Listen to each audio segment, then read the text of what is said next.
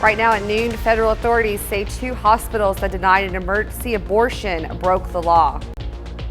We've got ourselves another sunny day out there. We're going to be on the warm side and we're still a bit breezy. We'll take a look at that forecast coming up. And 7 bodies were discovered in Oklahoma. We have the latest. The 4 states' most watched news starts now. A Missouri man learns his sentence for his role in the death of a woman who authorities say was kept in a cage and dismembered. This is KOAM News at Noon. I'm Carrie Worthen. 60-year-old James Phelps will spend life in prison without parole. He entered an Alford plea to first-degree murder, kidnapping, and abandonment of a corpse in the death of 33-year-old Cassidy Rainwater. Timothy Norton is also charged with the case. He faces the same charges and has a hearing tomorrow. The Neosho Police Department and other law enforcement agencies are asking for help finding a suspect they call dangerous. Authorities say 38-year-old James Herbert is wanted for crimes such as vehicle theft, property damage, and fleeing from authorities. They say he is 5'8" with red hair and brown eyes, but they believe he's changed his look by shaving or coloring his hair. If you spot him or have any information about where he may be, call the police. One person is dead after a motorcycle crashed in McDonald County, Missouri. The crash happened just before 3 Monday afternoon at Missouri 43 and County Highway O.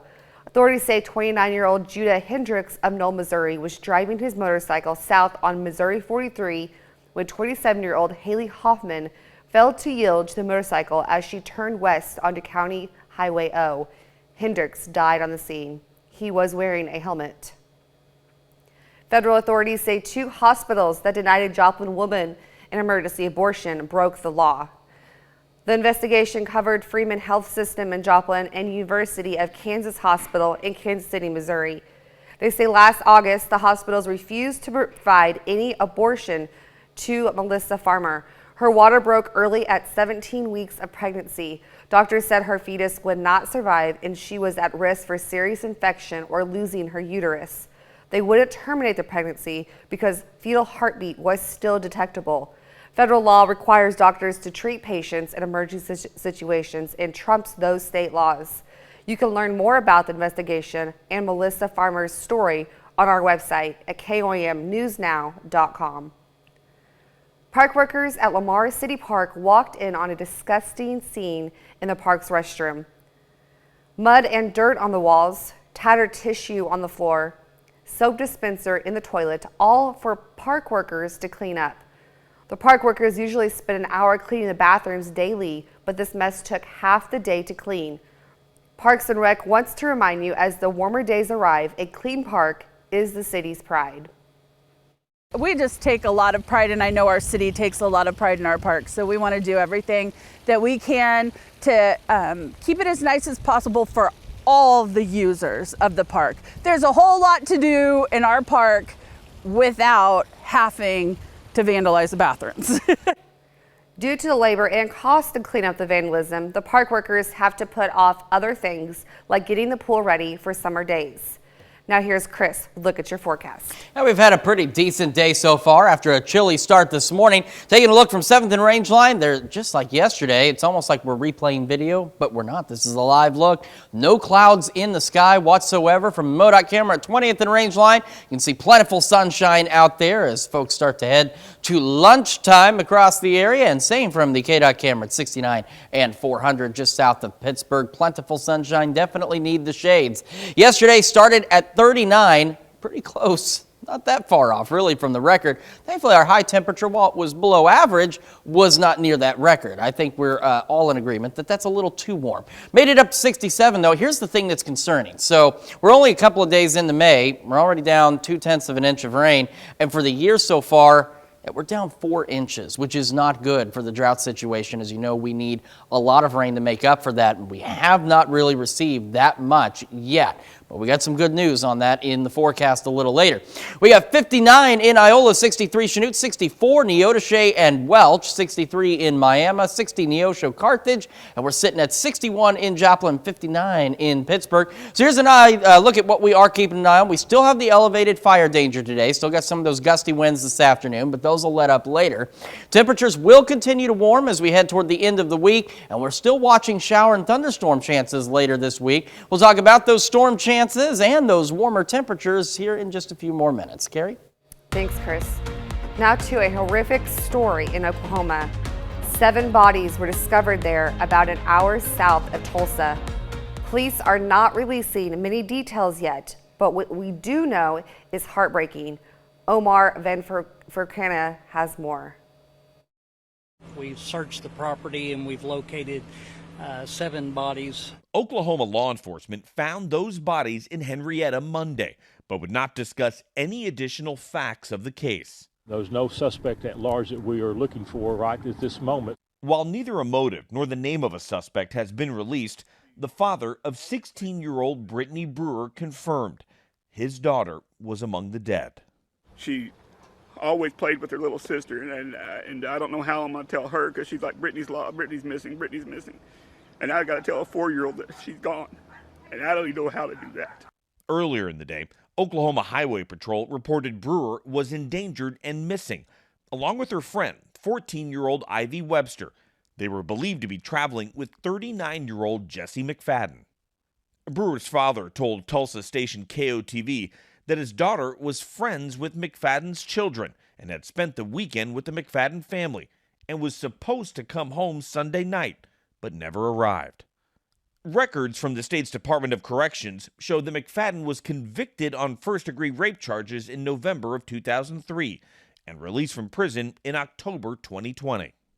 He was slated to stand trial Monday on charges of soliciting sexual conduct with a minor and possession of child pornography.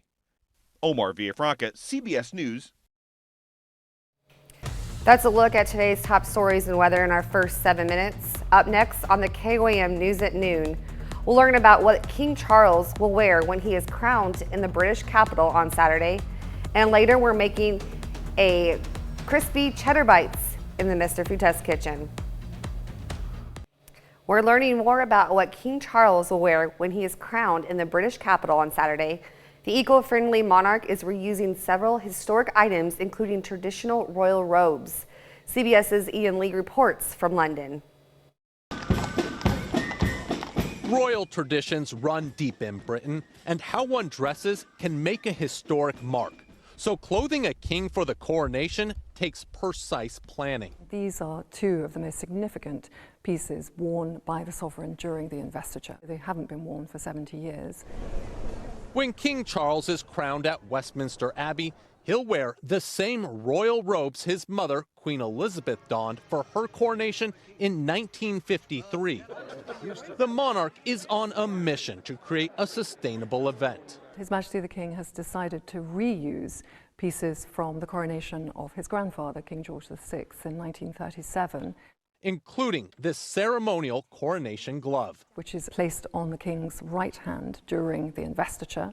You know, we've got this wonderful, sustainable, eco-friendly king who's reusing something rather than having a new glove. The king will also reuse his grandfather's sword belt, which will be placed around the glittering garment known as the super tunica. It is woven from cloth of gold and embroidered with goldwork embroidery to a design which has a strong tradition.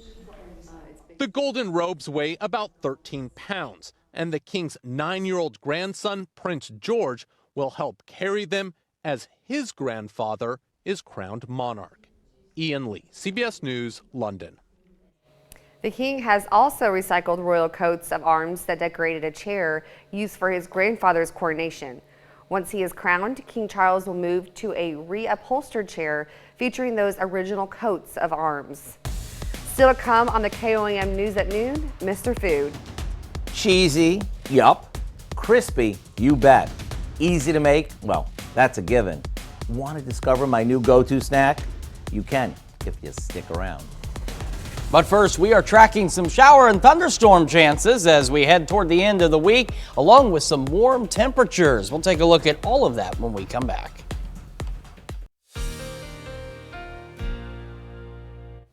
Welcome back to the KOAM News at Noon. We've had ourselves a pretty nice afternoon following a relatively chilly start this morning.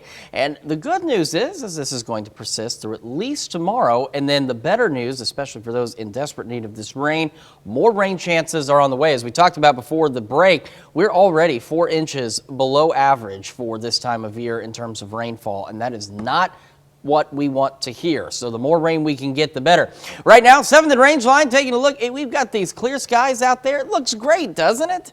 It looks absolutely beautiful. We are a bit on the breezy side, but, you know, it's manageable so far. Same from 20th and Range Line. The only thing that's not so manageable is the traffic. So all these folks going out to lunch right now, and that's what we'll be doing following the noon news. And from the KDOT camera at 69 and 400, we got some truck traffic. Otherwise, sunny skies and looking pretty good so far. Let's take a look at temperatures around the area, shall we? Begin in Joplin. Clear skies, obviously, 60, north-northwest breeze at 7. We've had those occasional gusts in that 20-mile-an-hour range. That's why the fire danger is still elevated for today. But these gusts have not been quite like yesterday. They haven't been as persistent. Over to Pittsburgh, we're at 59 with those clear skies. North-northwest breeze at 9 miles an hour. And here's the other reason for the elevated fire risk. Check out the humidity, 33%. Dew point's only 30. Very dry air out there right now. Taking a look at temperatures around the region, we've got 59s in Nevada, Lamar, and as we mentioned, Pittsburgh, 60 in Fort Scott, 63 Chanute, Parsons, Chatopa, Miami, and 60 in Neosho. We go through the rest of our afternoon, still looking at highs pushing the mid to upper 60s. Some of us may even make the lower 70s. Sunny skies, still those occasional wind gusts out there. And then we head into this evening, and we'll continue to see clear skies. And we've now had to add the sun icon to the 8 p.m. slot because the sun's now setting after 8. It's kind of crazy. It makes it hard to go to bed. Carrie's celebrating because she's only on the morning show on occasion, but for the rest of us, that makes it even harder to go to bed. But hey, really, that extra daylight is nice. Gives kids lots of opportunities to burn out that energy. However, it's going to get chilly again, back to the lower 40s across the region.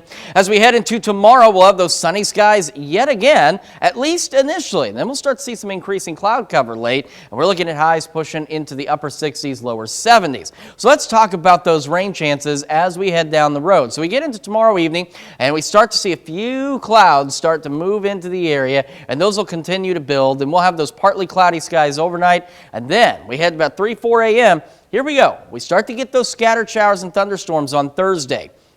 We go a little further into morning. More scattered showers and more scattered thunderstorms. Here we are at 10 a.m. Now you can see initially all of this activity relatively scattered. And we go into the afternoon, we see a few more scattered showers and storms. And then there's a little bit of a lull in activity by the late afternoon, but it is brief because as we head into the evening, we get a bigger round of showers and thunderstorms. And we are keeping our eye on these as there's the potential 1 or 2 of these could be a little bit on the stronger side. Something we'll watch, something that we'll keep you updated on. But otherwise, we're just looking at good thunderstorms with a good amount of rain, and this will be what really rolls through as we go through the late evening hours and overnight Thursday and continuing into Friday morning with these showers and thunderstorms before they eventually start to exit on out of here by late Friday morning. Now, the thing is, once they do that, it gets considerably warmer.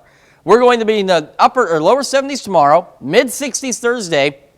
After the storms clear, we warm up substantially in the lower 80s, and we're going to hang out in the 80s for the next several days. And we have additional thunderstorm chances next Sunday, Monday, Tuesday, and Wednesday, still in the low 80s. So if you are an outdoors person, want to get some activity in, Saturday your best day to do it, because more of that much-needed rain coming in as we go Sunday, Monday, Tuesday, Wednesday. And the other part is, though, Monday, Tuesday, Wednesday, there's going to be some evening thunderstorm chances, so it doesn't completely cancel the ability to get something done in the afternoon. And the other part that I like the most, getting up at 2:30 in the morning, is these overnight lows are going to get to a point where it's not going to require the heat so much. We're going to be into the upper 50s, lower 60s. So I can live with the warmer temperatures and the rain chances. I will take them both. Yes. So Saturday, plan to do something. Go outdoors, go do that stuff, and then settle in for the rain and warm weather.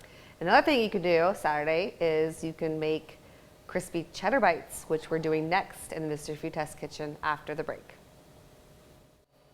A perfect cheesy snack just in time for summer. Howard shows us how to make crispy cheddar bites in the Mr. Food Test Kitchen. I'll admit it. I love cheese.